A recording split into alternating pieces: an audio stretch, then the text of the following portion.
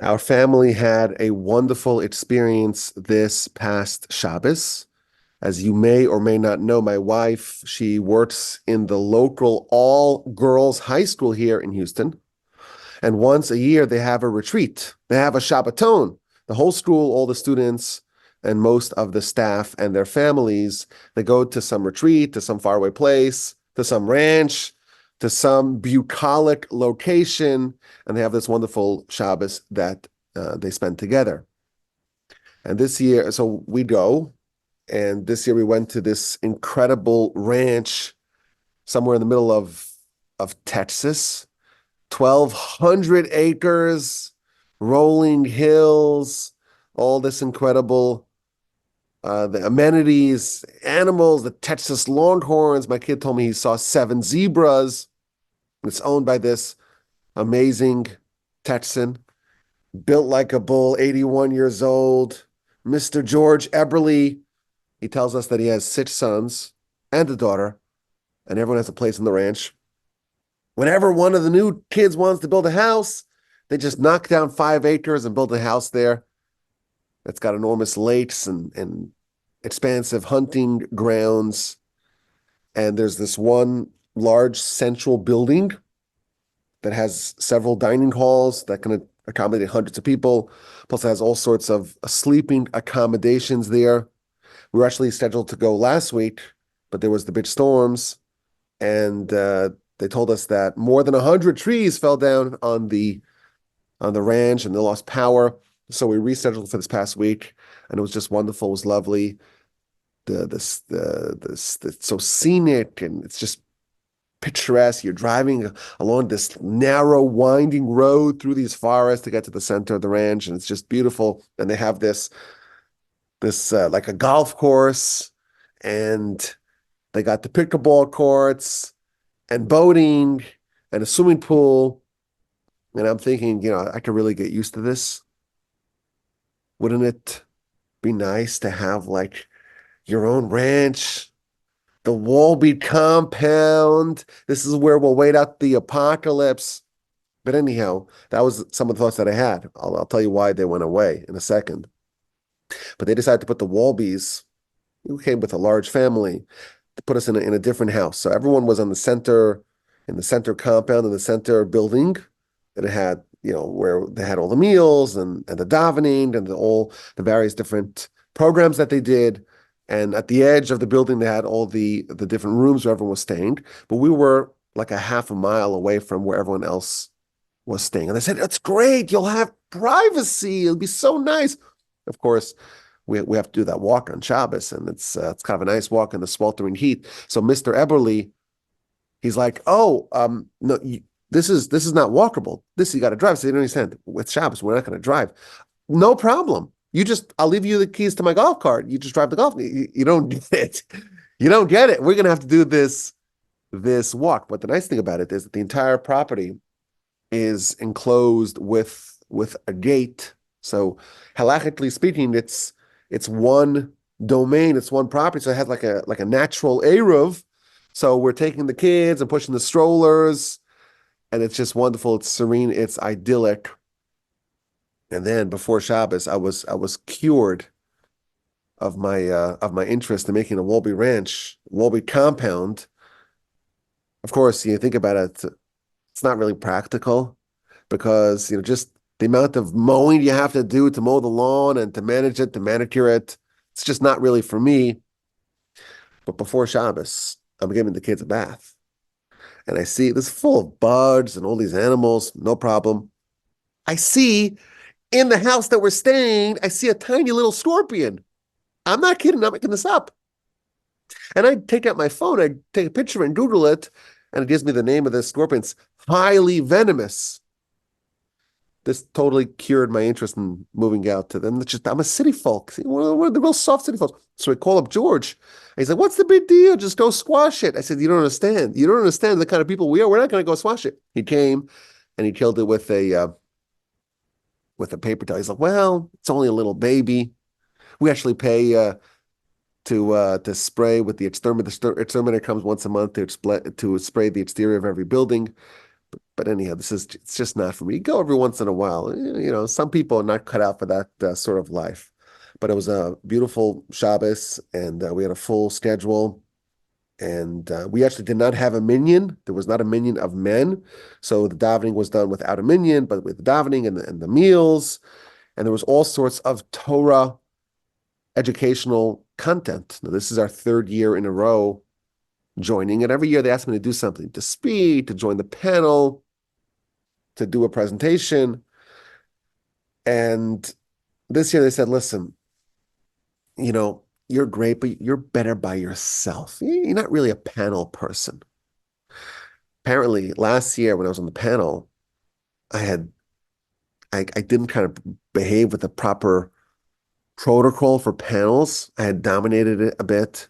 So I was constantly interjecting and being a little argumentative, and I spoke out of turn. And apparently, I don't even remember, but apparently I had an opinion about everything. They said to me, listen, Wolbe, you're okay. You're just not great for panels. You speak by yourself. Prepare a speech. So I prepared a speech. This is a weekend, a couple of days ago, and I said it over on the Sunday class. The 5 fascinating questions. I assembled 5 fascinating questions from each one of the books of the Torah, and we'll release it on the podcast sometime soon. That was the plan, but of course, the Shabbaton last week was rescheduled to this week, and I decided to alter my speech. So Friday night, they gave me a speech. I said I'm going to do something exotic, something esoteric, a wild card. So this past Shabbos was Parshas Bahar, and it starts off with the laws of Shmita and Yovel. Shmita means every 7th year, there's no agricultural work done in the land of Israel. And then you have 6 years of work, and the 7th year, it's like the Shabbos schedule. 6 days of work and 1 day of no work. 6 years of work, and then there's the Shmita year, 1 year of no work. But then there's 7 cycles of the Shmita, and then there's the double Shmita, because then year 49 is the Shmita year, but year 50 is the Yovel year. That's the mitzvah at the beginning of this past week's parsha. Now, there's a very interesting, obscure, esoteric, and fascinating opinion that's found in the literature. The Ramban in this week's parsha, he hints at it, and he says, listen, I'll tell you, it's a secret. I can't really tell you about it, but I'll tell you a little bit, and listen very carefully, because I'm saying it in a cryptic fashion. And the Ibn Ezra talks about it, and the Rabbeinu Bachai talks about it, the Sefer Chinuch talks about it. But it's like one of those secret ideas that most people know nothing about. The idea is that the world is designed to follow a Shmita cycle. How so? The Talmud tells us that this world, it's a 6,000-year enterprise. That's it. 6,000 years, and then there is 1 millennium of destruction. So there's a 7,000-year world. It's going to exist, the way we understand it, existing for 6,000 years. And then for the 7th millennium, it will be destroyed. What does that mean? I don't know. The Talmud talks about how the world will be covered in water, whatever that means. And the righteous, they'll be granted wings to fly, and they'll fly for 1,000 years without getting tired. I don't know what that means at all, but that's what the Talmud says. 6,000 years, and then 1,000 years of destruction. So the sources that the Ramban invokes and others talk about it, they say that actually the universe is designed to follow a Shmita cycle. Just as, year 1, 2, 3, 4, 5, 6 of the Shmita cycle, everyone works. No work is restricted in the field. And then comes year 7, and it's a year off. And then you go back to year 8, it's a year on, through 14, which is a second Shmita, and so on. Year 21 is a Shmita, then 22 is not a Shmita. And then 28, and 35, and 42, and 49. That's how it works. That system exists on a millennium timeline. 6 millennia of work of the world existing, and then 1 millennia of destruction, one millennium of destruction. And then it's going to be rebuilt, just like in year 8 there is work to be done on the field. On the 8th millennium, there's work to be done again in the world. The world will be rebuilt and so on. And it's going to exist for 7 cycles. And then finally, it will go to the Yovel cycle. And so it's really a 50,000 year world. Now, this concept has enormous implications. And in my talk on Friday night, I focused on the age of the universe dilemma. So how old is the universe?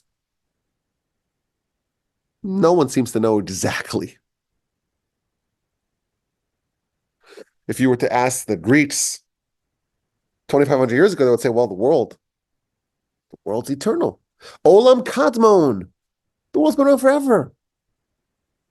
It's turtles all the way down. Today, that's not a tenable position because we know the world's expanding. We have the cosmic background, the radiation that we could pick up. It seems like the scientific consensus today is that the world had a beginning. As we always like to say, it took a long time, but the world came around to accepting the first word of the Torah as being authoritative. Bereshis, there was a beginning. But how old is the universe? Well, the scientists don't really know. Is it 13.8 billion years? Is it 15.4 billion years? It's hard to be precise. But regardless, I asked the students on Friday night, well, how old do we think the universe is? So one brave student said, well, 5,784 years. So I said, well, how do you know that? So she responded, because that's what it says on the torch calendar. It says that on the torch calendar. So that's a very good answer. That's a very, very good response. But I told them, I said, listen, we don't have any sources to tell us the year that we're in. The way it was determined is simply by adding up the age of Adam when his son Seth, Shais, was born, and adding up the years that Seth lived till his son was born, and then add the years to the next generation, to the next generation, to the next generation, to the next generation, and just assume that that's the age since Adam, since the beginning. But then I said, well, do we imagine that Adam had a baby on his birthday? He was 130 years old when Seth was born, but could he have been 130 in 5 months? And Seth could have been at the age that he was when his son Enosh was born, with a couple of months. So if you add up all the months, well, maybe you have more than 5,784 years. But I said, regardless, there is a tradition that we have. That's the year 5784. Let's say, give or take, a couple of dozen years in each direction. We're not exactly sure. Even traditionally, when people talk about the age of the world, let's say, which is perhaps a different thing than the age of the universe, they add the qualifier lefid kabbalos, and as per our tradition, we don't know exactly. But regardless, 5,784, give or take, that's a very different number than 13.8, 15.4 billion years. That's not a rounding error. So is there a way to reconcile these two positions? And perhaps you may say, well, why is it important to recognize? We have our opinion, and we're right, and we don't care what they say. They've been wrong so many times before. How many theories of the scientists were superseded? Don't you know? They're wrong all the time. So maybe they're wrong here as well. So that's perhaps an approach that can be pursued. But nevertheless, we do find that our sages have wrestled with this question. And if they wrestle with it, we could wrestle with it as well. And I start to list some of the various different reconciliations that exist. So maybe the most common answer to this question is that Adam, on the day that he was born, he ate from a fruit, from a tree. Most humans, the way we know of them, the day they're born, they cannot eat any fruit from any tree. Did Adam have teeth to chew from the fruit of the tree? You imagine he did. babies born today, most of them, all of ours, are born without any teeth and without the ability to chew. So what that means is that God created not a baby world, but an existing world. Adam was created as an adult. And were there trees around? Yes, not just little saplings, not just little plants placed in the ground. It was a fully dynamic world. And if you were to saw open one of the trees and count the rings, you would find that it had many rings. Why? Because God did not create a baby world, he created an old world. So it could be both, several thousand years old, and it could also be billions of years old, because God created a billions-year-old world. That's one answer, very common answer to this question. A second approach relates to the 6 mysterious days that precede Adam.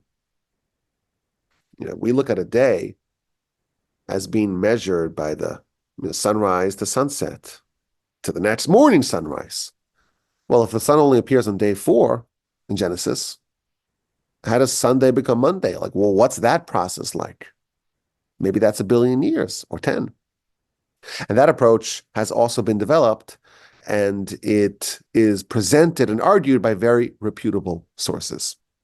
And then I told them, there's another answer based upon the Shmita cycle system found in the ancient literature. The Talmud says explicitly that before the creation of the world, there was something. The Talmud says, for example, that Moshe, when he ascended to heaven to get the Torah, this is in the book of Shabbos, Talmud Shabbos, page 88b. He wanted to get the Torah, and the angels protested, saying, how can you, Almighty God, give the Torah to Moshe, to humanity?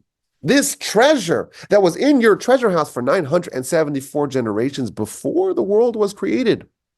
And you want to give it to flesh and blood? The Talmud says explicitly that the creation of Torah preceded the world by 974 generations. Now, what that means, I don't know, but it does say explicitly that there was something that preceded the world. There were 974 generations. Similarly, the Midrash says that if you look at the end of Genesis, chapter 1, and God saw, and behold, all that he had made was exceedingly good.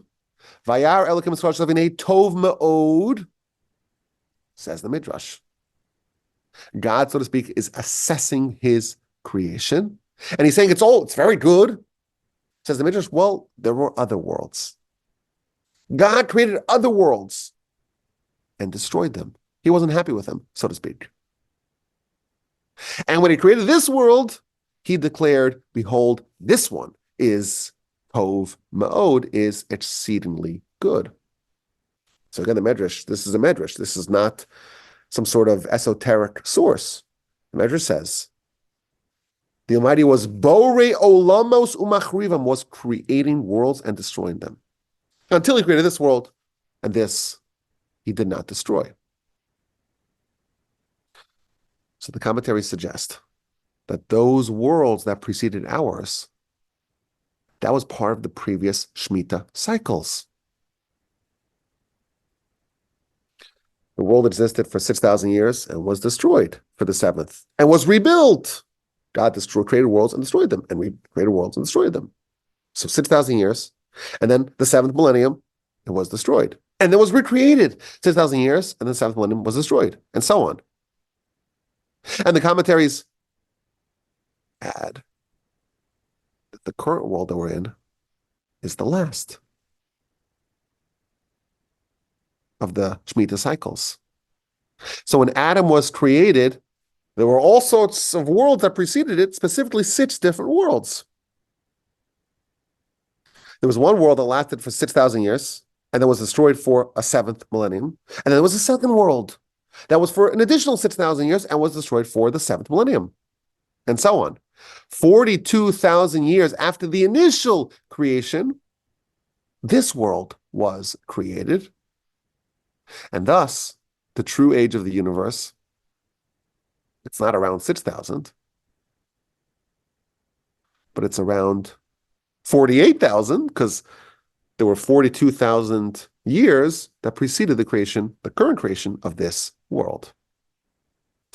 So I said to the students that we get a little closer, the scientific number and our traditional number. So 6,000 to 15 billion, 48,000 is a little bit closer to 15 billion. So we still have work to do, maybe to shrink the gap if there's going to be harmony between these two opinions. But then I added the final point.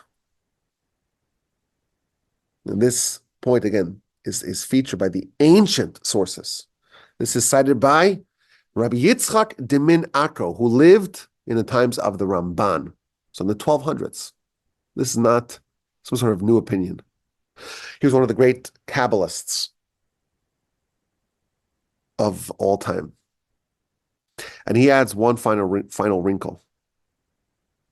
And he says that the 42,000 years that preceded Adam, they were not human years, they were godly years. Now, what is a godly year? Well, the verse tells us in Scripture that one day of God is 1,000 years for us. One day of God is 1,000 years for us. So if Genesis is 6 days plus 1, for us, it's 6,000 years plus 1 millennium. Because one day of God is 1,000 years for us. Well, if one day of God is 1,000 years for us, how long is 1 year of God? It's 365 and a quarter days. So it's 365,250 years of us. These sources put together, we discover something fascinating. Our world, it's the 7th world that God created. There were 6 worlds that each lasted for 6,000 years plus 1,000 years, meaning for 7,000 years. So our world came after 42,000 years of previous worlds. But those 42,000 years are not human years, they're godly years. Every year of God, when we translate it into our system, it's 365 and a quarter thousand years. Do the math. 42,000 times 365,250, and the number is about 15 billion years. This is a fascinating system that invokes the sources that talk about the worlds that preceded our worlds, and this concept of the Shmita cycle, and the 7 Shmita cycles arriving at the year 50,000, which is the cap to this whole enterprise, and the sources that talk about how these previous cycles that preceded Adam were not human years, but godly years. And it's wonderful and interesting and fascinating that if you calculate it, it matches the scientific consensus with eerie accuracy. And the final point is that all of these sources are completely reputable. This is cited by the Ramban in this passage parsha. And it's cited by the Sefer HaChinuch. And it's brought down, again, by some of the most reputable medieval sages. And not a single source is newer than 700 years old. So this is not new stuff. There's no apologetics here. And I told the girls, I said, listen, it's very heartening to know that Torah and science are always compatible. It's possible you don't understand the Torah. And it's definitely possible that you don't understand the science. Or the science that you have is wrong, based upon mistakes or some sort of conjecture along the way. But both of them are the handiwork of God. Yeah, one's God's mind, so to speak, and one's God's universe, his handiwork.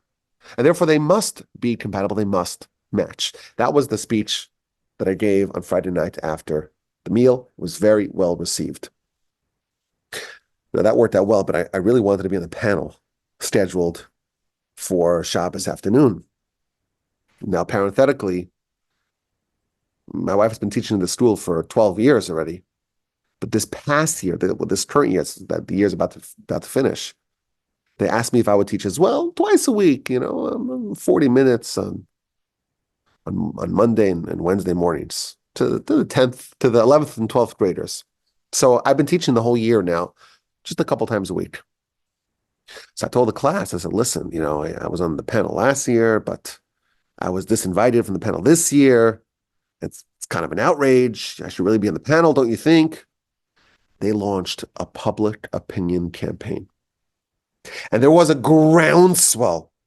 And ultimately, there was too much pressure, and I was included in the panel. I was added. Would you believe it? It worked. It worked. But I was trying to be more of a team player, On the podcast, you could be a tyrant.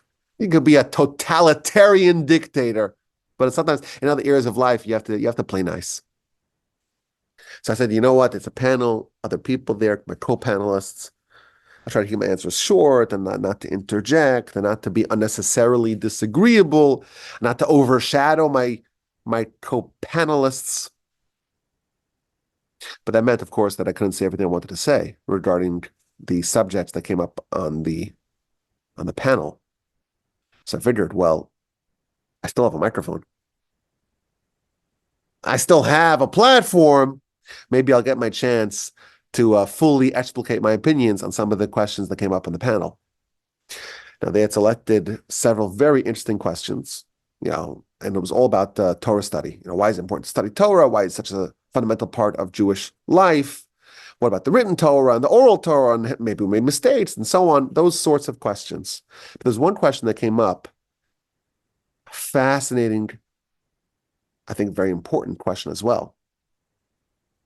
Why do we spend so much time studying areas of Torah that are not relevant, that are not practical?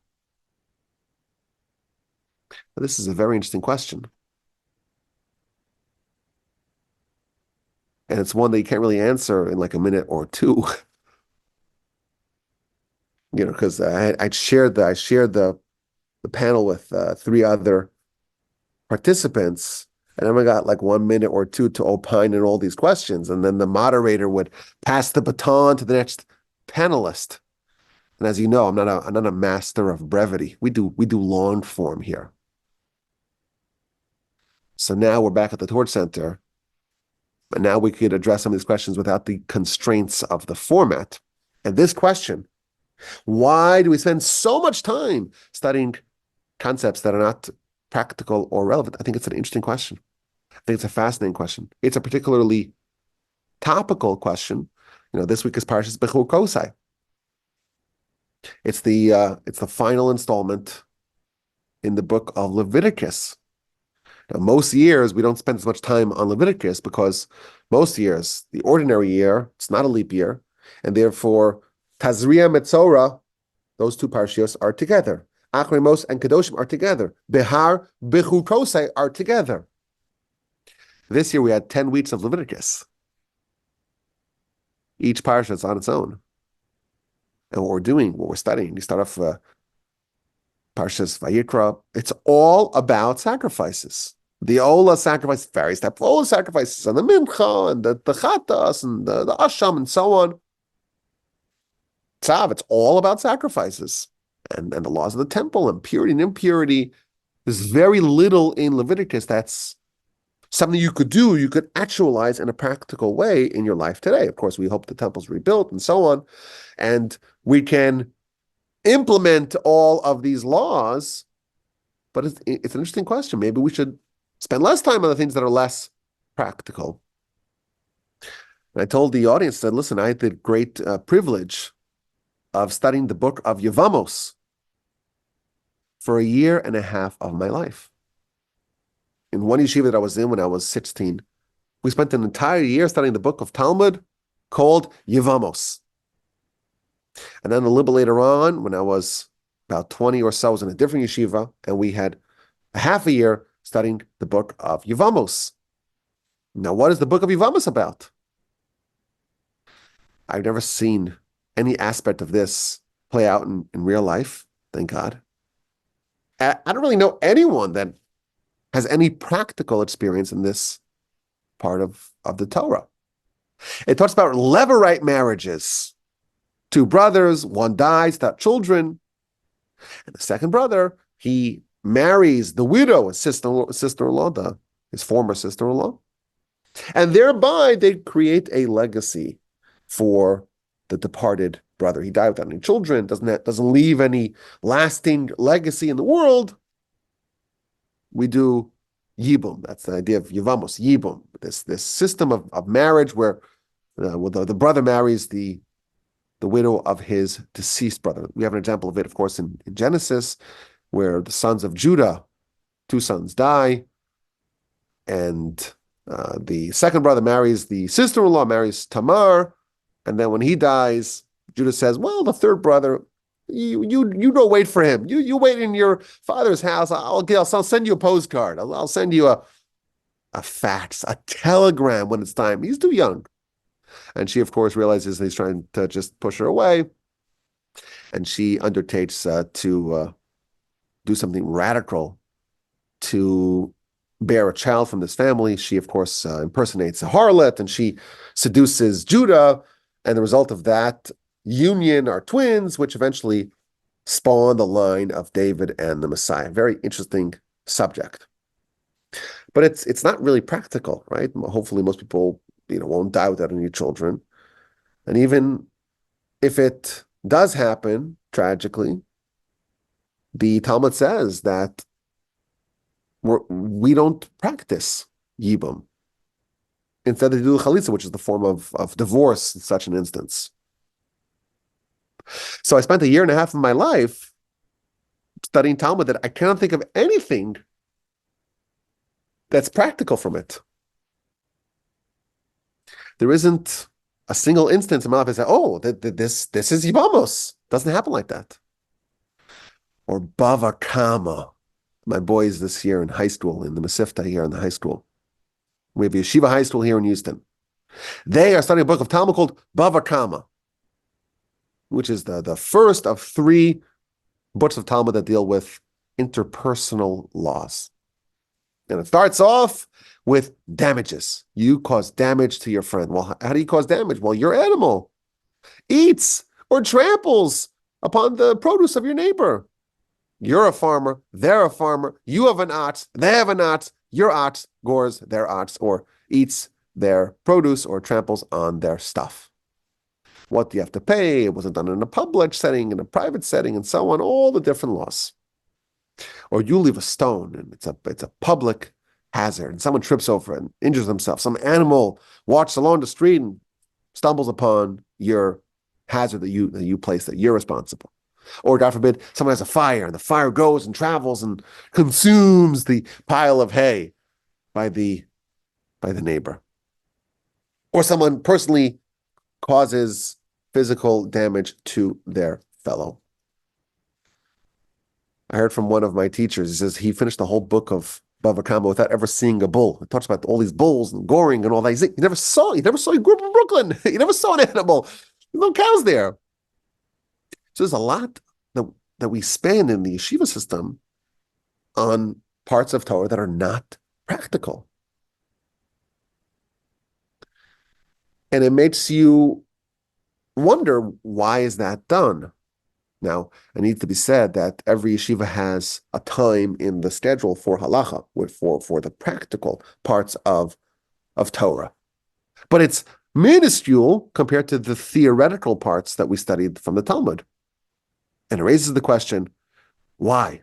Why do we spend so much time on subject matter that is not practical? Now, I had only like 1 minute, and I wanted to speak like for an hour.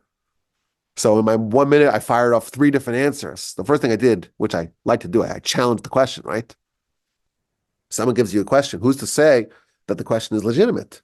Because the question is built from a series of assumptions, and maybe some of the assumptions are wrong or misplaced. So if you ask a question that why do we study parts of Torah that are not practical, not relevant, you're assuming that that's what we're doing. I said, not practical, not relevant. You're going to find me a page of Torah, a page of Talmud, a line, a word, a letter that's not practical, it's not relevant, that has no lessons for you. I was always trained otherwise. I was trained that there's lessons, practical lessons in every single page of the Talmud. And part of your job when you're studying is not just to study on a theoretical level, but to bring it down to yourself and try to integrate and assimilate it into your practice, into your behavior, glean some practical lessons from what you study. So the moderator said, well, such as? So I said to them, well, the aforementioned book of Yevamos, what's the subtext of the whole book? The subtext of the whole book is taking responsibility for your brother, for your relative. It's undertaking a mission to create some legacy for your deceased brother, and it's to do it in a way that you're dissociating yourself from it. It's an act of total self-abnegation where you're saying, I'm undertaking a mission that I will glean no benefit. This child that will be born will be attributed not to me, but to my brother. That's an act of tremendous self-sacrifice. And in fact, this is the reason why the Talmud says, already 2,000 years ago, we don't do it. It's very hard to have someone that has this degree of self-sacrifice. But I think more broadly speaking, the question presupposes something which is, I think, a giant misconception. The question assumes that, well, if you have something which is practical, there's some way for you to implement or to execute upon it. Well, that's something you should engage with. If there's nothing that you could do about some piece of Talmud or of Torah, well, then it's not useful. In our Parshas Bechutosai, we see otherwise.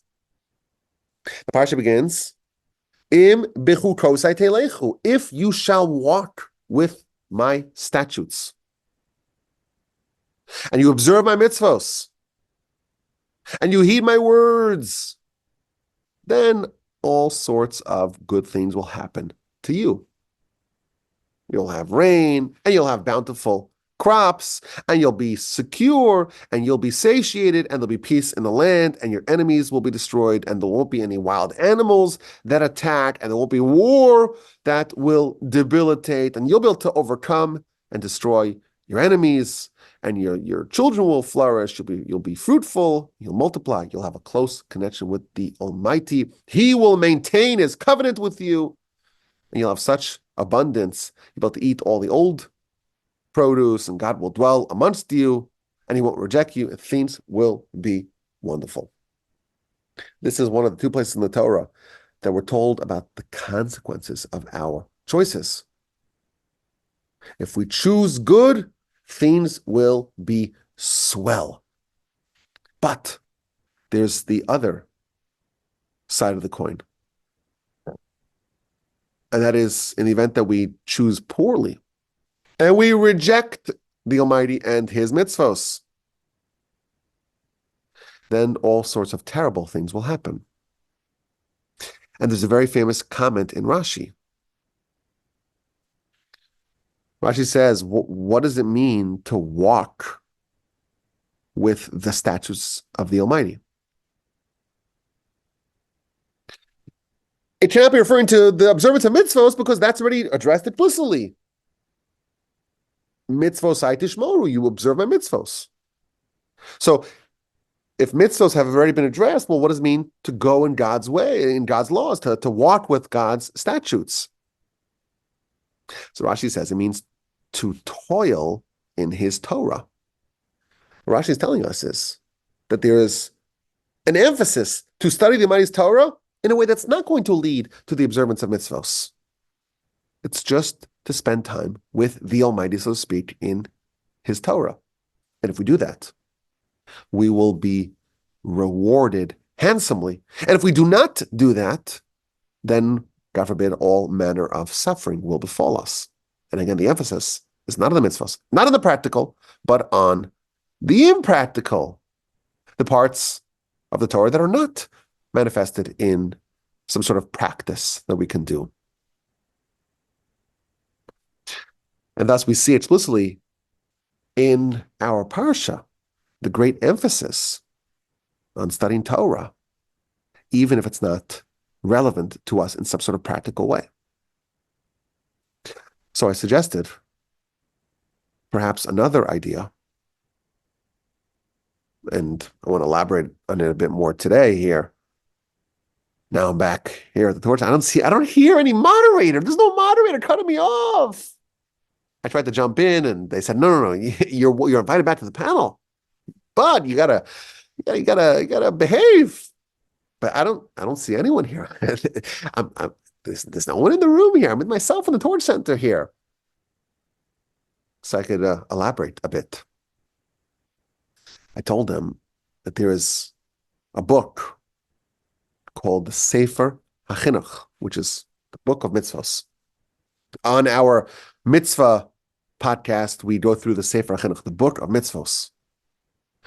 And he has a fascinating introduction to his book. One day we'll do a podcast about the introduction of the Sefer HaChinuch to his magnificent and magisterial work of mitzvahs. And he asks this question: why did the Almighty give us the Torah? Mitzvahs, we understand that. The Almighty gives us the mitzvahs so we know what to do, because he wants us to observe, to heed the law. But why such a rich Torah? It's kind of incomprehensible to someone who never had the privilege of studying in the yeshiva, how you could spend a whole year on a Levirate marriage, just on that subject. And even then, you're just scratching the surface. Like, what could you possibly talk about for a whole year? And there's books like this written on it. Like this, I'm saying that there are individual books like this. There's entire libraries of books of commentary and analysis and study and insight and novelty on this book of Talmud. So the outsider may think, oh, it's the students in the yeshiva, and they go there and they study a little bit, and then they go out for a cigarette break, and they smoke cigarettes and talk about politics and sports and business and drink some coffee and go back and study a little bit. No, it's a misconception. Students are studying 18 hours a day. Not everyone, of course, and they're completely immersed in this incredible book of Talmud, Yevamos. And it's completely life-changing. And there's so much there. It's a whole universe to explore. And it was given to us by the Almighty. Why did the Almighty give this to us? What is the objective? And of course, this question is compounded by the fact that, well, for 2,000 years, there hasn't been anyone that, well, not anyone, the Talmud says that already 2,000 years ago, they ceased the practice of yibum, of this actual marriage. So it's not practical. And there's been millions and millions and millions of human brain hours spent delving into this book. Why? So Sefer HaChinuch says something unbelievable. He says that the human is a chimera, not his words, is a hybrid. You're half angel, half beast. And the truth is, it's actually more polarized than that. Because your soul, your angelic half, is actually more lofty than all the angels. And your beast, the animalistic half, is more base and coarse and corruptible than the worst of the animals. And all that is within range for the human. And you're torn, and there's tension, and you're being pulled. The objective of Torah is to arm you, to give you the ammunition to swing completely towards the side of angels and to surpass them. If you do nothing, you take no preventative steps, you will slide away. You will be consumed by the animalistic side. You'll become worse than animals, because most animals, they don't do damage. Corrupt humans, not just are they not enlightened and elevated, they do terrible damage, both in the physical domain and certainly in the spiritual domain. So what will determine our fate? How can we ensure that we're going to veer towards our soul and away from our base course impulsivity that is the default? You have to empower the mind. You have to elevate the soul. You have to empower the parts of you that you want to accentuate. And the best way to do that, the best way to sharpen the mind and to hone the intellect and to awaken and empower the soul is with the Almighty's Torah. If you're looking at the Torah and saying, well, I want to learn the law so I can observe the Almighty's corpus, I can follow his rules. That's true.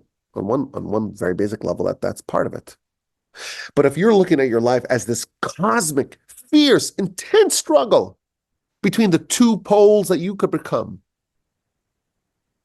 and you know that everything hinges upon these decisions and these choices and how you're going to live, how you're going to identify, how you're going to interface, what will you become? And everything about your life and your afterlife for all eternity is going to be determined by this. And not just that, the whole world really hangs in a balance. What will happen to the world? Will the humans elevate it, or will the humans corrupt and destroy it? And the Torah, that's the X factor. That's what's going to determine if the person grabs onto the tree of life and doesn't yield the tree of life even for a second and clutches it like his life depends upon it. You're studying Yevamos and you've never seen a Levirate marriage. You study Baba Kama, you don't know what a cow looks like.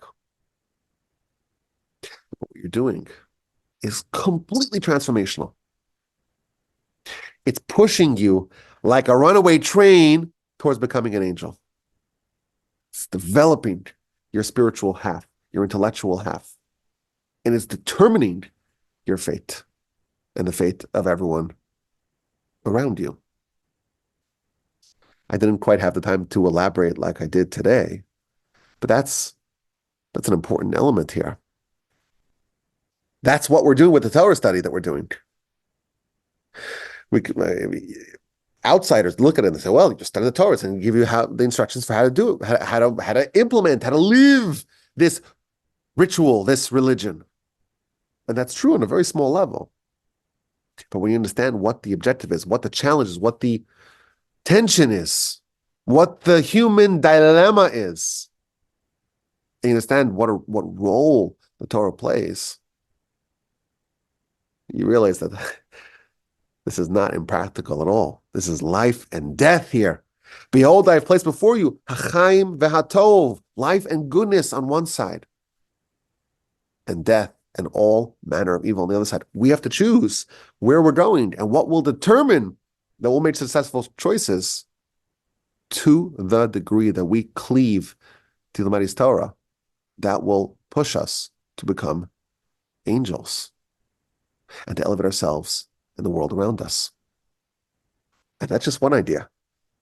It's impractical. We're finishing up Leviticus here. Sacrifices, this sacrifice and that sacrifice. Purity, the Metzora. Imagine trying to do a podcast on this, okay? Don't complain. Don't complain. You have to study, It's so boring. Imagine to do a podcast on Tazria and Metzora, 2 separate episodes. You don't want to repeat content from previous years. Don't complain. Okay? Just kidding. It's okay to complain a little bit. Send me an email, Rabbi Wolbe with all your complaints. Leviticus. Like we're departing from Leviticus. And it's kind of bittersweet because we've been in this world now for 10 weeks. And it's beautiful and it's powerful and it's transformational. And this is only the beginning. Lowly human can foster a bond, a connection with Almighty God. Just a crazy thing to ponder. There's only one power in all of existence. There's truly one thing that exists, and everything else doesn't really exist. It only exists so long and is insofar as the one thing that does exist wills and determines that those other things exist. There's only one thing in the world. It's only Hashem. That's it. Only the Almighty. Everything else that exists is only because the Almighty wants it to exist. And every little bug and every large star and every granule of sand, it doesn't really exist. It only exists because the Almighty determines and wills it to exist. And us, lowly, fragile, frail, fallible, and mortal human, we can foster a bond with Almighty God. And the way we do that, better than any other way, is via the Torah. So again, if you're thinking about the Torah, so let me learn the laws. That's true on a very small level. But ultimately, if you were to distill what we're trying to do over here, you would say the answer is two things: love God and fear God. Those are the endpoints of all of our efforts. And how do we do that? How do we love God? Torah. How do we fear God? Torah. There's a famous piece in Rambam's delineation of mitzvos where he describes how a person can love God.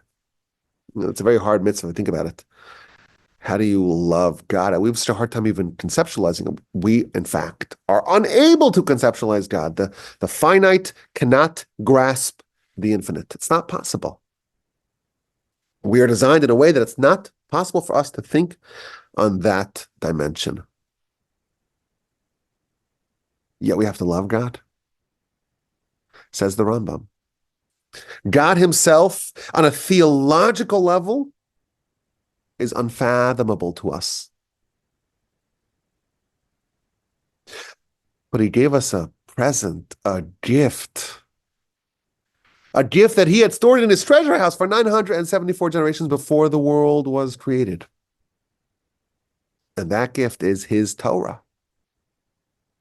And the Torah is formatted in a way that we can understand.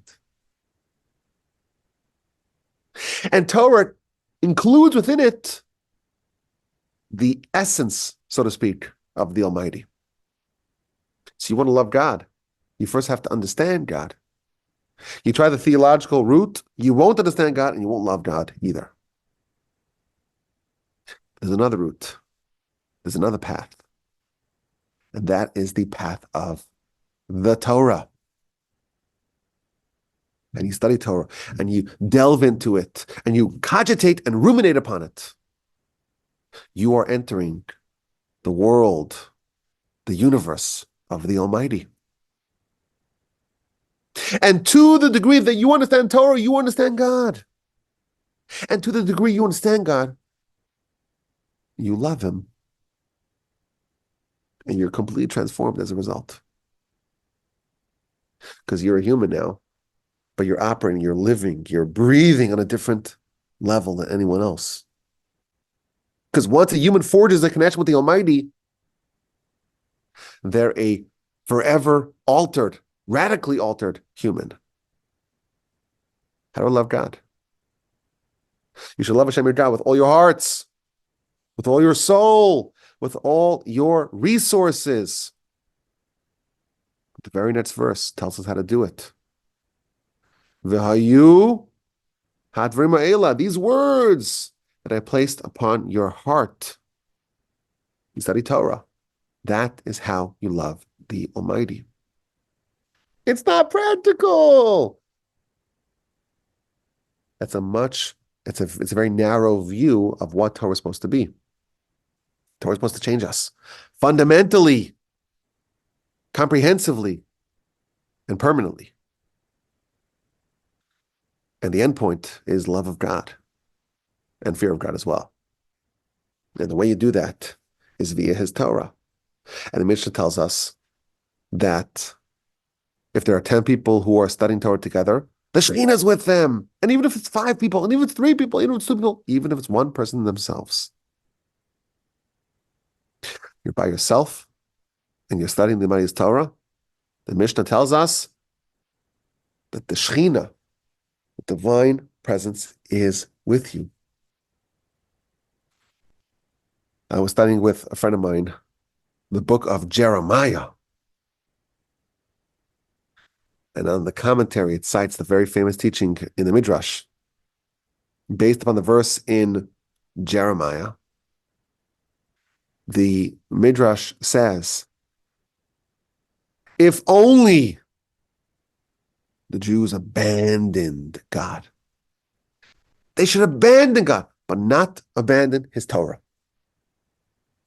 Because if a Jew abandons God, but clings to the Torah, maintains a deep affinity and connection with the Almighty's Torah, the light inherent in the Torah will bring them back to God. Torah is inseparable from the Almighty. And there's nothing more practical for us in life than trying to create a connection with our Creator. And the way we do that is via his Torah. So it's a good question. But the premise is flawed. We are so fortunate to study the Almighty's Torah. We get to do it here each week. It's a privilege. Of course, it's a pleasure. We're wrapping up Leviticus. And people may argue, well, it's kind of impractical. We have to remember that nothing, absolutely nothing, bonds us closer with our Creator than studying his Torah. That's what we do here every week. And it's worthwhile to remember how fortunate we are to have that. How lucky we are that we're part of the 0.01% of the world that's even aware of this. You know, we're driving back from the Shabbaton last night, and I had a van full of cranky kids, and they said, put on something to listen to. So I put on a Harry Potter audiobook, and it's magical. The real magic is it keeps everyone quiet. So we were listening to one of the first chapters of the book, and you probably, I assume most of y'all know the story. But there's a kid come from this magical family, and his parents die under unfortunate circumstances. He's raised by his aunt and uncle who mistreat him. But it turns out he's also a wizard. He just doesn't know about it. And he gets invited to join the school because he's a wizard. I'm sorry if I'm spoiling it, but this is like 25 years old, okay? Okay, it's been part of the zeitgeist for a very long time. But anyhow, he gets invited to go to the school. And he has a kind of his aunt and uncle. They're not thrilled about this, and they very much want to keep him, away from all this mishigas. So they don't tell him that he's a wizard, and they try to hide all the envelopes that come to him from the school. Until finally, this massive, massive guy, like a giant with enormous hair, just shows up and kind of bullies his aunt and uncle. And he tells Harry, he's like, well, you're a wizard. He's like, what? What does that even mean? How do we ask you all these questions? And I was thinking last night, I'm like, that's us. We're the wizards. Our people. We were part of this. We're descending from Abraham, Isaac, and Jacob. We went through Egypt and we ate the manna. We were privy to the Sinai revelation. But there are many of us that don't know this. And they don't realize that, we have to go to wizarding school. Got to go to the yeshiva. I got to learn about Torah. Got to develop and deepen our connection that we have least in potential, that we have with Hashem. But of course, here from the Torah, we're trying to reverse that one week at a time. We're trying to study together. I appreciate your listenership. I hope you have a wonderful, fantastic, and splendid day, a fantastic week, an amazing Shabbos. And of course, I look forward to your questions, your comments, your feedback. And as always, the email address is Rabbi Wolbe @gmail.com.